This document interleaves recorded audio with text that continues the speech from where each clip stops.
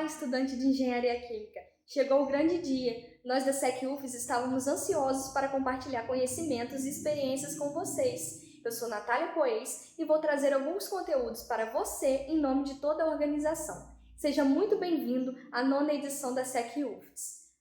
E antes de começar, siga nosso Instagram, nos acompanhe por lá e pelo nosso site. Então, bora começar?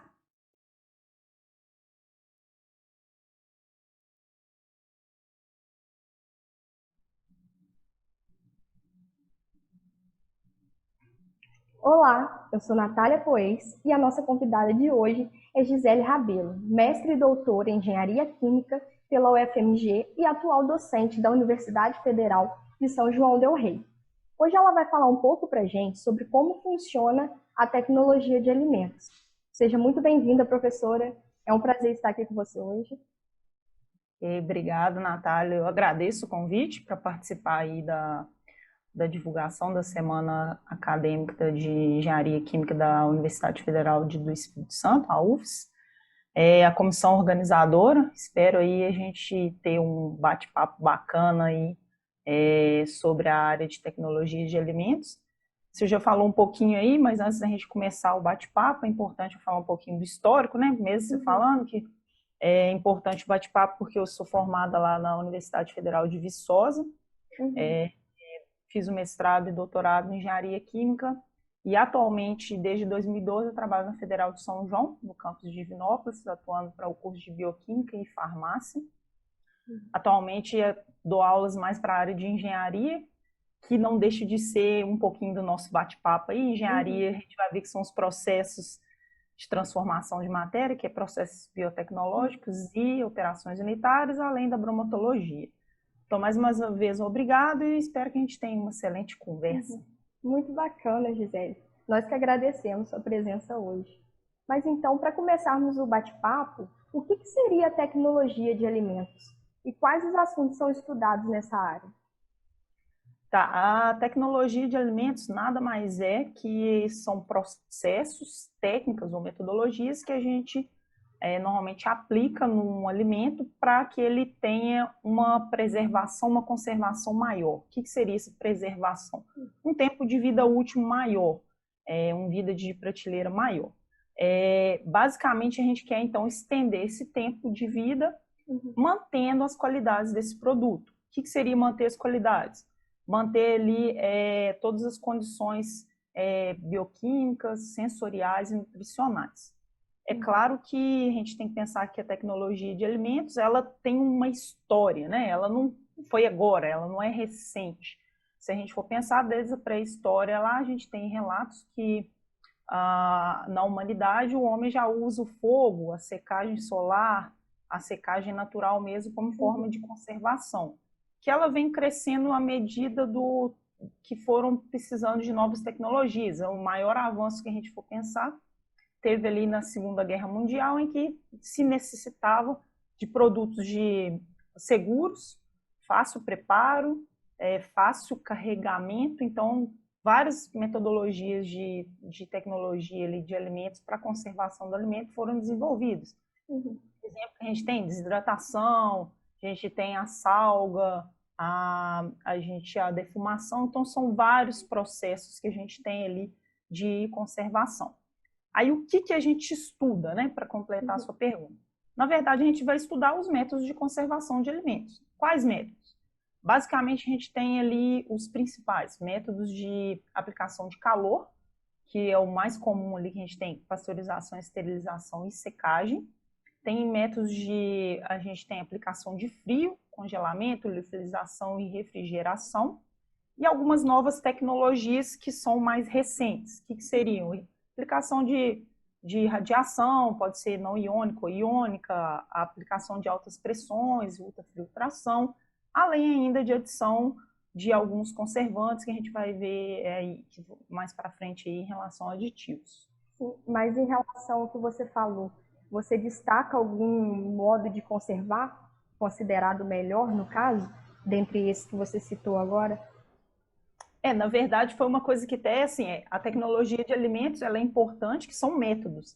E esses métodos vão ser dependentes de cada produto base meu. O que é produto base? Minha matéria-prima. Vamos pensar assim, se eu trabalho com matéria-prima de origem animal, eu tenho processos que são mais importantes, mais, vamos dizer assim, melhores do que outros se eu estiver trabalhando com a matéria de origem vegetal. Então, isso vai depender da minha matéria-prima e também das condições da minha matéria-prima, que eu posso ter uma matéria-prima ali que ela já está com uma microbiota um pouco mais elevada, ela tem uma condição um pouco pior em relação às outras. Então, o processo, a tecnologia de alimentos, ela depende dessa interação, tipo de matéria-prima, qual que é o produto final que eu quero, qual que é o nível de qualidade que eu quero e qual que é o custo que eu posso ter nesse meu processo. Ficou faltando ainda de falar da tecnologia de alimentos também, além dos processos que a gente trabalha, nós trabalhamos também, estuda-se, né, as condições, as alterações que cada processamento pode fazer na matéria-prima, seja ela de origem animal ou vegetal. É claro que, igual, quando eu vou fazer a minha pasteurização, eu vou avaliar o que vai afetar no meu produto. Vai perder componentes? Eu vou queimar, fazer reação de Maillard, que é uma alteração em relação à presença de açúcares. Então, isso tudo está ligado na tecnologia de alimentos. No caso, tem que analisar também a interferência de agente externo, nesse caso? Sim, é porque o que acontece? A tecnologia, a conservação do alimento, que ela se dá? Eu tenho que, para eu conservar um alimento, ele só vai deteriorar se eu tiver uma condição ótima. Que condição ótima é essa? Uma temperatura ideal, um pH, uma luminosidade, uma temperatura, né? Pode ser frio. Então, isso são interferências externas e eu tenho interferência interna. Então, isso realmente vai afetar na conservação minha do meu alimento. No caso, isso seria basicamente o que influencia no momento de desenvolver as novas tecnologias. Seriam essas partes que você disse agora, né? Os fatores, igual assim, que a gente tem, basicamente, para desenvolver novas tecnologias ou até mesmo aplicar tecnologias tradicionais, o que a gente tem que ver? São dois fatores. Fatores que a gente chama internos, que são mais bonitos, né? Fala fatores intrínsecos da matéria-prima. O que é? É a quantidade que a gente tem de água nele, que na engenharia de alimentos a gente chama de atividade de água. Então, isso é muito importante, porque é importante dizer assim, que da mesma forma que a gente precisa de alimento e uma condição favorável para a gente conseguir energia. O micro-organismo, da mesma forma, porque é importante falar que a gente está, sempre a tecnologia de alimentos é ligado no aumento da microbiota que vai deteriorar o alimento. Então, se aquele meu micro-organismo, ele encontra ali no alimento a condição favorável e nutrientes disponíveis, ele vai se multiplicar rapidamente. Então, o que se precisa trabalhar na conservação? Evitar essa multiplicação. Como? Por evitar agentes externos ou agentes internos. Agentes internos, de novo, sempre lembrar, né? Atividade de água que eu tenho no meu alimento, quantidade de nutriente que ele tem ou não ali disponível. Se ele tem um componente antimicrobiano, que ele pode ser vamos pensar ali o cravo. O cravo mesmo, ele produz um óleo que ele é antimicrobiano. Então, é bacana para conservação. E também a microbiota inicial, porque você pegar um produto já com a microbiota muito alta, a conservação ali vai ser um pouquinho complicada. E é claro também que vai depender ali minha tecnologia, qual que eu vou adotar, qual que é a qualidade final que eu quero do meu produto, porque isso é muito importante, e também o custo operacional para aplicar essa minha tecnologia. Mas aí, no caso, professora, o que seria essa microbiota? Porque às vezes pode ter muitas pessoas que não entendem um pouco essa parte. Eu não sei o que seria. Isso. A microbiota, o que é? Vamos pensar assim num produto, uma matéria-prima básica que a gente tem muito exportado do Brasil, laranja. Eu posso pegar uma laranja boa com uma carga microbiana bem baixa. O que é microbiano? Bactéria, a gente pode ter fungo, que são os bolores, leveduras, e pode ter alguns protozoários. Mas vamos dizer assim que para alimentos,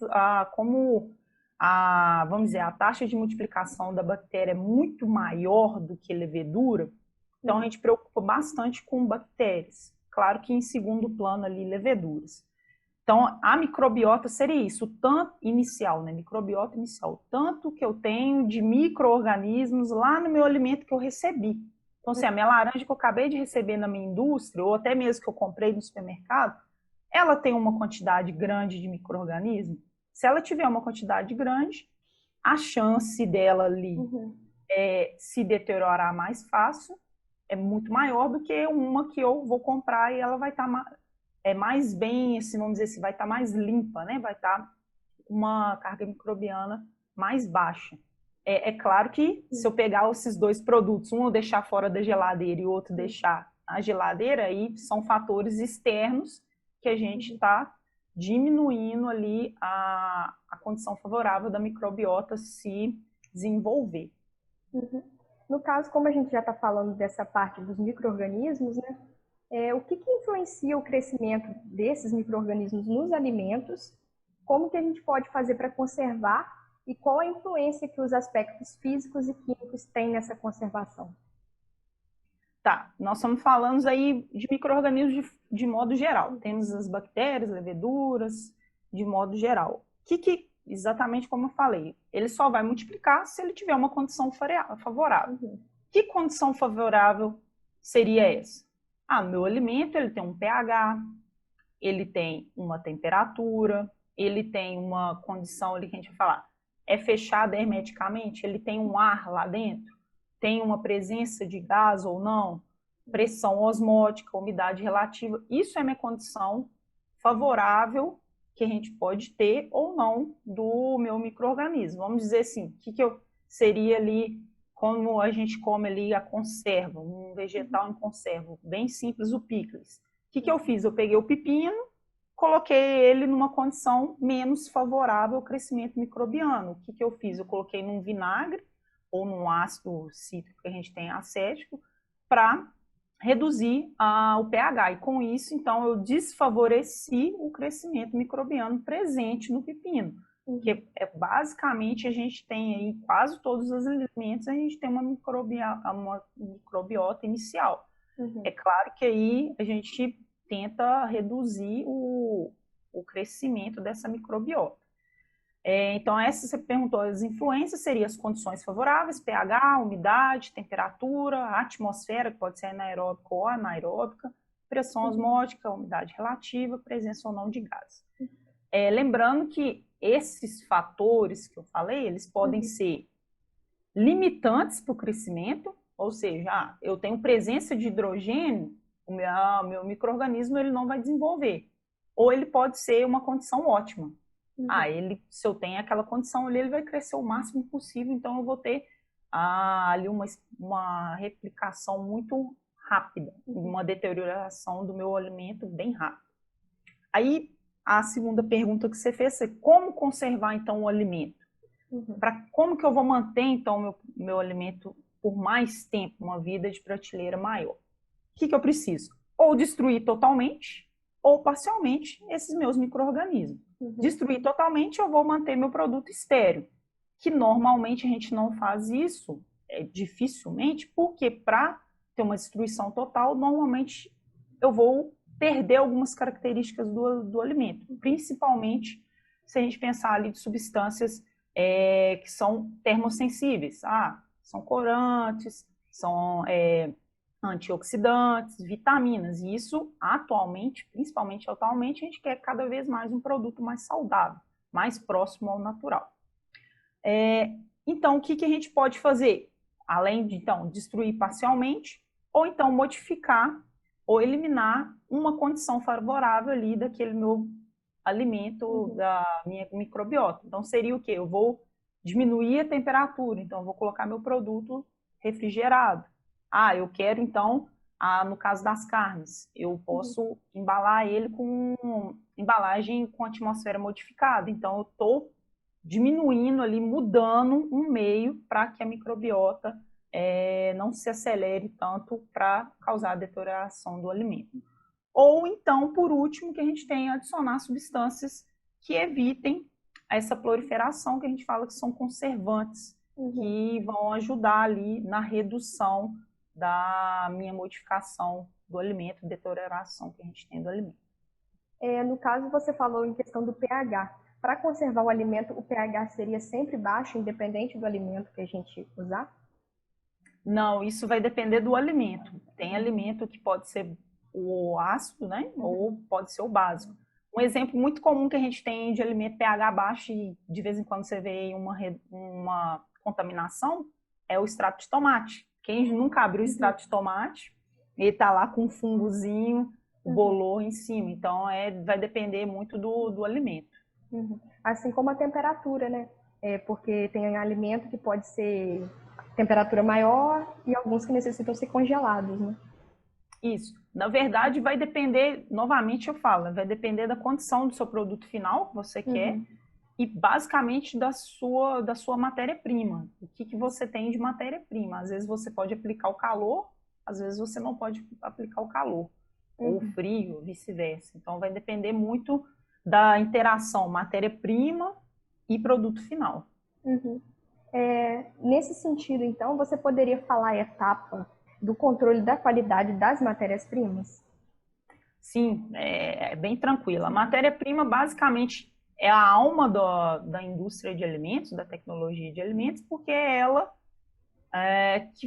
que vai acarretar toda a nossa utilização de tecnologia. É sempre bom lembrar por que a tecnologia de alimentos ela foi criada justamente para o homem conseguir viver em sociedade, em civilizações modernas, porque anteriormente ele tinha ali no quintal de casa uma horta, ele tinha ali o pomar que ele queria consumir, ele lá e pegava e se alimentava. Da mesma forma ele caçava. Então, o que começou? Começou a se desenvolver tecnologias para que o homem conseguisse uma vida prolongada do alimento e com isso manter longe da caça e longe da colheita. Então, a matéria-prima, qualidade primordial que se tem que ter em relação, a gente fala assim, aquela minha matéria-prima, ela tem que ser inspecionada e eu tenho que, na hora que ela chega na minha indústria, eu tenho que controlar essa minha matéria-prima. O que seria essa inspeção? Um exemplo comum que a gente tem, assim, básico, é o Laticínios, que é uma empresa de beneficiamento de leite. A partir do momento que o leite chega lá, a primeira coisa que tem que fazer, eu tenho que fazer a inspeção. Essa minha matéria-prima, ela está conforme o que eu chamo de qualidade para a minha indústria? O que seria qualidade? Está no pH que eu aceito? Tranquilo. Está na acidez que eu aceito? Ela está com o nível, com a coloração correta? Então, aquilo ali é uma inspeção, que a partir daquele momento ali, se eu falo, não, minha matéria-prima está conforme, ela vai entrar para dentro do meu processamento e uma vez processado, o meu produto vai ser liberado. Então, eu vou ter um maior problema de resgate de lote, a gente tem que fazer todo o controle. Então, a preocupação maior é fazer essa inspeção e controle de qualidade na recepção da minha matéria-prima. Aprova ou não se o meu produto está conforme ou não. E é sempre importante também, além dessa inspeção, ter uma padronização do que vai ser minha matéria-prima.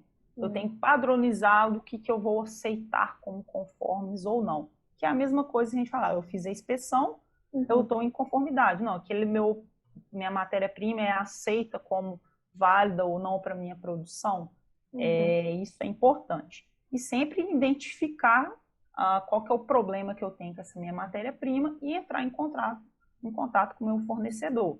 Exemplo muito comum que a gente tem da Laticínios, continuando, o leite, que normalmente vem aquele caminhão, que acontece? Atualmente é um caminhão de uma cooperativa, sai recolhendo dos fazendeiros.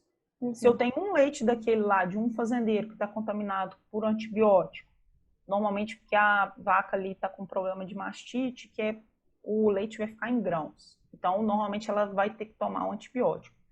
Todo aquela minha carregamento vai ser eliminado naquela detecção, porque se a minha empresa não tem essa detecção, lá no meu produto final, meu iogurte, meu queijo, vai ser detectado e toda a minha produção vai ser descartada. Então é importante isso para não causar o prejuízo também depois. Isso, não causar o prejuízo de tempo e de consumo energético e tudo mais que a gente tem. Porque se uma empresa pode até processar se acontecer alguma coisa grave mesmo com alguma pessoa, né? Sim, com certeza. Nessa questão agora, qual seria o papel dos aditivos e dos emulsificantes na conservação e na tecnologia do alimento? E no caso também existe essa diferença entre emulsificante e aditivo? Você poderia falar o conceito um pouquinho deles? Sim, é importante falar que, basicamente, o que é o aditivo? A gente fala assim que o aditivo são substâncias que a gente vai adicionar no meu alimento para modificar características físicas, químicas, biológicas ou sensoriais no alimento. Para que eu vou adicionar, então, esse aditivo? Se eu estou modificando uma coisa física, química, biológica ou sensorial, normalmente é para evitar que a microbiota se desenvolva e, consequentemente, faça a deteriorização do meu alimento.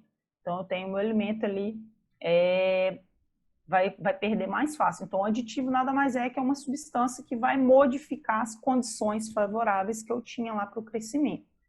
É claro que também, na hora que eu falar condições sensoriais, aí eu estou falando de gosto e cor. Então, normalmente eu vou adicionar ali para que o meu produto ele fica com uma característica que vai ainda manter ele conservado por mais tempo. Porque na hora que eu chego lá e vejo um produto com uma cor meio pálida, que ele vai perdendo por tempo de oxidação, eu como consumidora, vou achar, esse produto já está inapto para o consumo. Então, basicamente, são substâncias para modificar e manter esse produto conservado por mais tempo. No caso, é para ajudar até na persuasão do comprador, né? Isso é, na verdade, para manter a qualidade dele, né? Porque vamos pensar assim, na hora que você compra um presunto, aquele que está lá na frente, ele da embalagemzinha, porque o supermercado normalmente põe ele assim, né? Aquelas bandejinhas.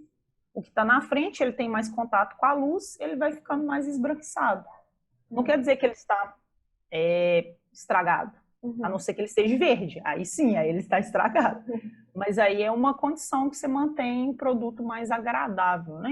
Com uma qualidade maior. E o que são os emulsificantes? Então, os aditivos são substâncias que eu adiciono ali para modificar algumas características física, química, biológicas e sensoriais.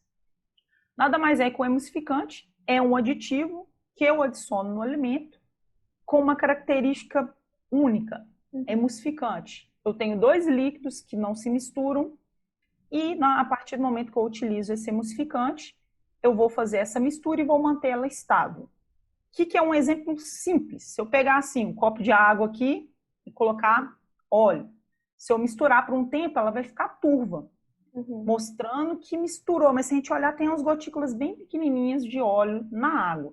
Se eu deixar por um certo tempo, essa mistura, depois o óleo vai ficar para cima, porque tem uma densidade menor, e a água para baixo. Então, o que é o agente emulsificante? Ele vai manter essa mistura de líquidos immiscíveis por mais tempo, prolongado. E a característica do emulsificante é sempre que a gente tem uma molécula característica, que ela tem a zona polar, que é mais solúvel em água, que a gente fala hidrofílica, e tem a zona apolar, que é insolúvel em água, que são lipofílica e hidrofóbica, caracterizando um agente emulsificante sempre com uma molécula ampifílica. Então, o que acontece? Como eu tenho dois líquidos immiscíveis, elas vão criar micelas protegendo ali o meu líquido, que ou pode ser a água ou pode ser o óleo. Exemplo muito comum que tem, praticamente todo mundo já deve ter visto, como que fabrica maionese. Você vai colocando o óleo ali no que a gente tem numa solução de ovo, né? Então, o que quer dizer? Eu estou formando ali uma emulsão óleo em água, que, aí, como a gente tem a proteína, a ovoalbumina do ovo, que é um agente emulsificante, ela permanece estável por mais tempo. É claro que tem gente que na hora que está fazendo lá não consegue virar, que fala assim, não virou, quer dizer então que a quantidade ali do meu agente emulsificante não foi correta. Então, nada mais é que o emulsificante é um aditivo adicionado em alimentos para manter a característica ali que a gente tem de dois líquidos, né, ou mais, que são immiscíveis, estáveis. É claro, voltando nos aditivos, a gente tem vários outros, né? Corantes, os próprios emulsificantes, espessantes, para ele ficar com uma viscosidade maior, edulcorantes, que são para dar o sabor doce, tem até mesmo os realçadores de sabor, que a gente tem muito comum aí, o chamado Sazon, né? Que tem o glutamato monossódico, espessantes, anti-umectantes, umectantes. Então, são vários componentes que a gente pode utilizar a substância para adicionar ali e mudar características físicas, químicas, biológicas e sensoriais dos alimentos. Aí você perguntou, né, como eles influenciam na tecnologia da conservação de alimentos. Justamente como eu disse anteriormente, como ele altera características físicas, químicas e biológicas dos alimentos, eles vão alterar as condições favoráveis para o crescimento do alimento.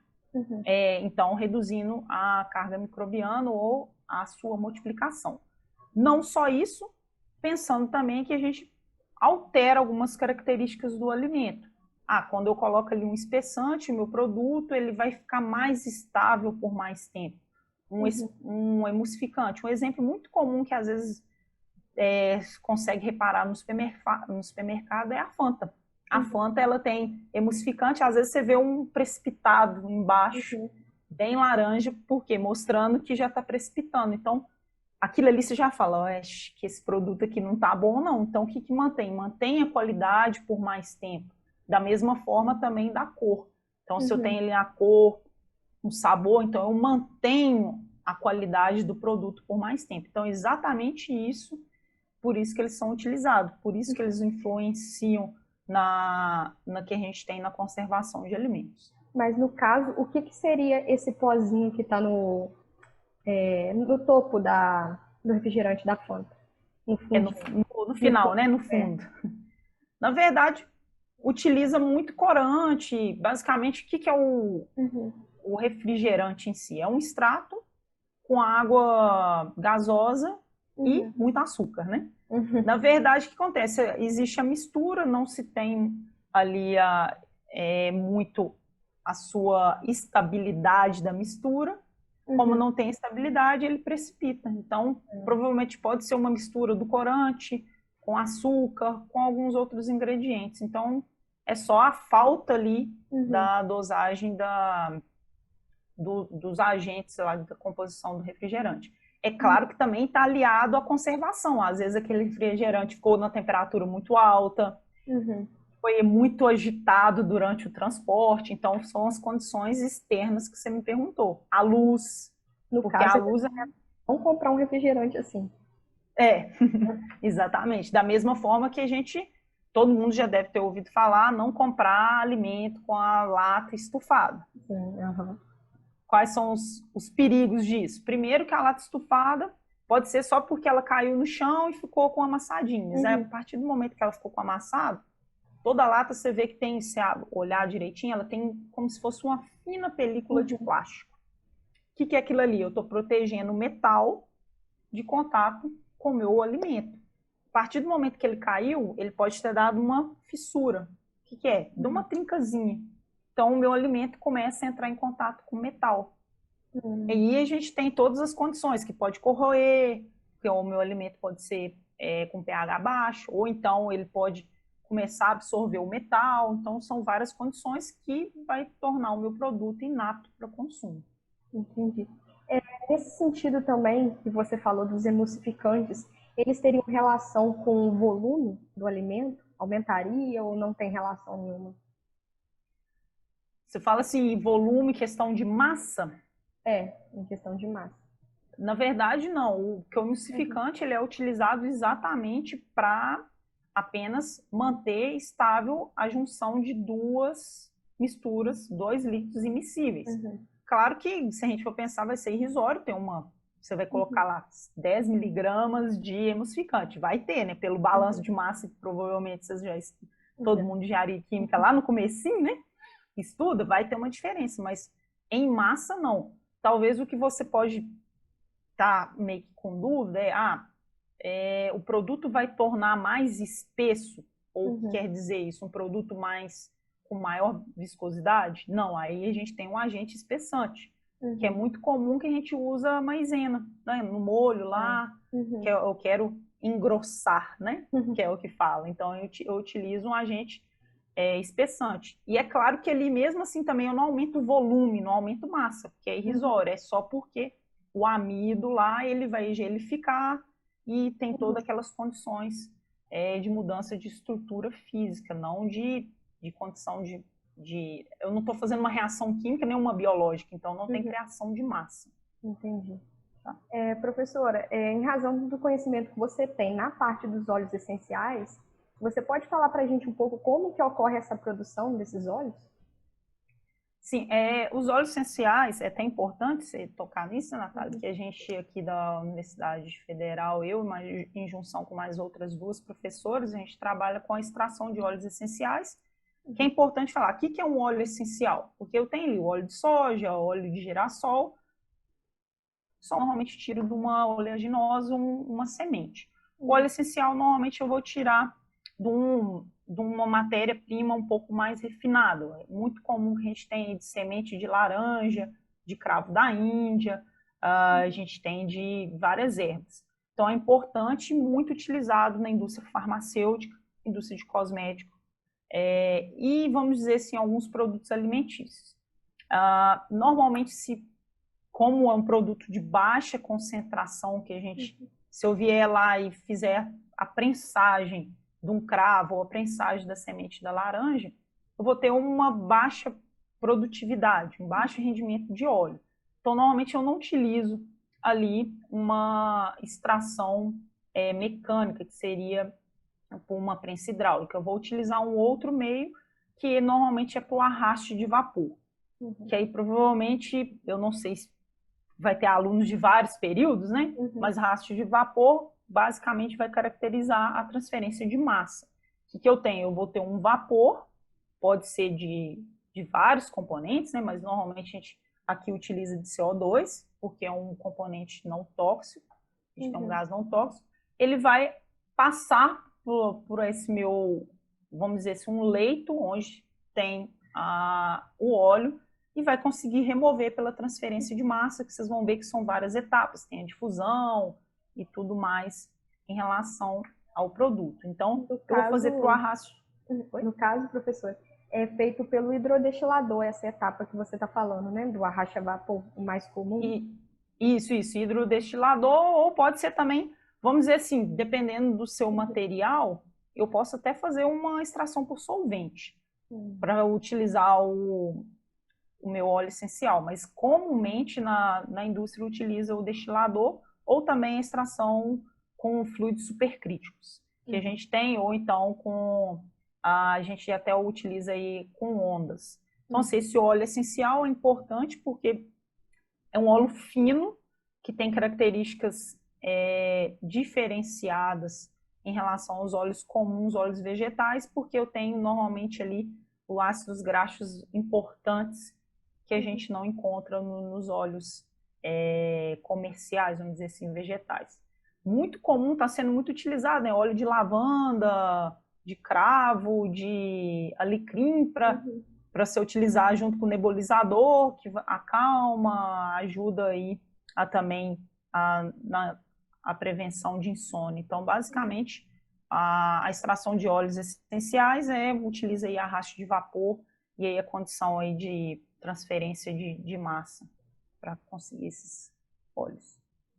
E no caso, teria como fazer essa retirada do óleo de alguma fruta ou de alguma casca dentro de casa, por exemplo, ou teria que ter os equipamentos específicos? Não, conseguir tirar dentro de casa você consegue, mas você não vai conseguir uma pureza bacana e o seu rendimento vai ser muito baixo, porque você pode fazer uma ebulição, vamos dizer assim, eu venho e coloco, exemplo, igual eu falei, canela, eu venho aqui, eu nem sei se a canela tem muito, mas o cravo da Índia, eu começo, coloco aquela quantidade e deixo fervendo. O que vai acontecer? Vai ferver o óleo, ele, principalmente se você triturar, né, porque quanto menor as partículas, maior sua superfície de contato, mais fácil vai ser da água entrar, conseguir remover o óleo e fazer transferência do óleo lá para a água.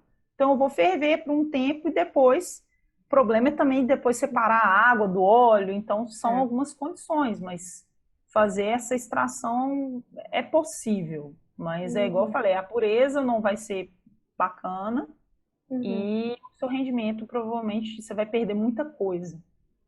Entendi, professora. Para finalizar, quais dicas você deixaria para quem quer seguir a área da pesquisa e desenvolvimento, né, na questão das novas tecnologias alimentares? Essa pergunta até ela é interessante porque muito aqui eu sou da área não sou da área da bioquímica, né? Eu dou aula para o pessoal da bioquímica e muito se fala que o bioquímico ele vai ser pesquisador. É a mesma coisa, na hora que você faz perguntas, a pessoa, qual que é o que eu dou de sugestão para a pessoa que quer trabalhar na área de pesquisa? Então eu levei para esse caso, pesquisa não quer dizer ser acadêmico. O que seria isso? Ou dar aula, ser professor, ou trabalhar na área, num centro de pesquisa. Sempre importante ressaltar que toda indústria de alimentos ali, seja ela um pouquinho pequenininha, ela vai ter um laboratório, um pouco de análise de alimentos. Então, por que é importante ali seguir a carreira? Sempre a indústria ela vai precisar de um profissional que esteja atento a novas tecnologias para a conservação de alimento. Porque se eu conservar meu alimento, manter ele com maior qualidade e com padronizado, eu vou ter ali um reconhecimento maior do mercado. Então, a primeira coisa assim, que eu dou de sugestão, seja não só para carreira de pesquisa, mas de forma geral, para vocês engenheiros químicos, né? É ter vamos dizer assim, um espírito de curiosidade. Quanto mais curiosidade eu tiver, melhor. Por quê? Não está satisfeito com o que existe. Eu não acho bacana comprar leite de caixinha, porque eu acho que o leite de caixinha, que é o ultra pasteurizado, perde algumas qualidades, alguns que eu compro tem um gosto de caramelo e às vezes ele está mais escuro. Então, eu não estou satisfeita com essa tecnologia de conservação. Então, vamos procurar o que eu posso fazer pelos conhecimentos que vocês vão adquirindo ao longo da graduação e não só da graduação, da vida, né? Que vai ser o que eu vou falar a segunda, né? A minha primeira dica é ser curioso e a minha segunda dica seria investir em qualificação. O que seria? Não só fazer cursos, fazer mestrado, doutorado, pós-graduação, investir em conhecimento, alguns cursos, participar de congressos, participar de semanas acadêmicas, ter contato com outras pessoas interessadas na área, né? Ou que têm contato que, às vezes, não só de tecnologia alimentar, mas como a gente está falando de engenharia química, que é uma área que eu trabalho também, a área de simulação de processos e produção de biocombustíveis, eu tenho interesse de trabalhar nessa área, então eu vou começar a focar naquela área. Como que eu vou começar a focar naquela área? Vou procurar o professor, algum pesquisador que está naquela área, vou olhar aquelas indústrias, vou tornando o meu olhar curioso para aquele meu setor. Claro que não se restringe a um só, porque hoje a gente sabe que o mercado não está tão, vamos dizer assim, tranquilo. Então, assim, é claro que eu tenho que trabalhar numa coisa que vai me fazer feliz, né? Mas procurar sempre esse olhar curioso para isso. Então, se qualificar, fazer e participar, então, de congressos, monitorias, jornadas que a gente tem, eventos científicos de forma geral. E, é claro, assim, quem quiser realmente a área de pesquisador, eu quero a área acadêmica, aconselho já começar a procurar projetos de pesquisa para trabalhar já com professores, já na área, isso é importante. Mas, de forma geral, quase todas as indústrias, elas trabalham sempre desenvolvendo, que a gente fala que é os laboratórios de pesquisa e desenvolvimento, para procurar novas tecnologias, principalmente para manter a qualidade do produto com um custo mais baixo. Porque não pensa que a indústria está pensando ali em fazer conservação de alimento, é porque ela quer conservar. É claro que algumas sim, mas é uma redução de custo e manter ali meu produto para venda por um tempo maior e com satisfação garantida para o cliente. Basicamente, essas são as minhas duas sugestões para quem quer trabalhar na área de pesquisa, quem quer trabalhar na engenharia química, vamos dizer assim, hoje sempre ser curioso, não desistir nunca de procurar novas qualificações, isso é importante. Não, mas é realmente verdade o que você falou, a área da engenharia química é bem ampla e a gente tem que estar sempre estudando todas as partes que for possível, focando mais no que nos interessa, mas sempre com um olho lá, um olho cá, e estudando mesmo para valer, né? Isso. Nós da comissão organizadora da nona SEC-UFES agradecemos sua presença, muito obrigada, professora. Tenho certeza que essa palestra foi de grande conhecimento. Mas e você, que está nos assistindo? Não se esqueça, amanhã tem mais novidades. Espero você, hein? Tchauzinho.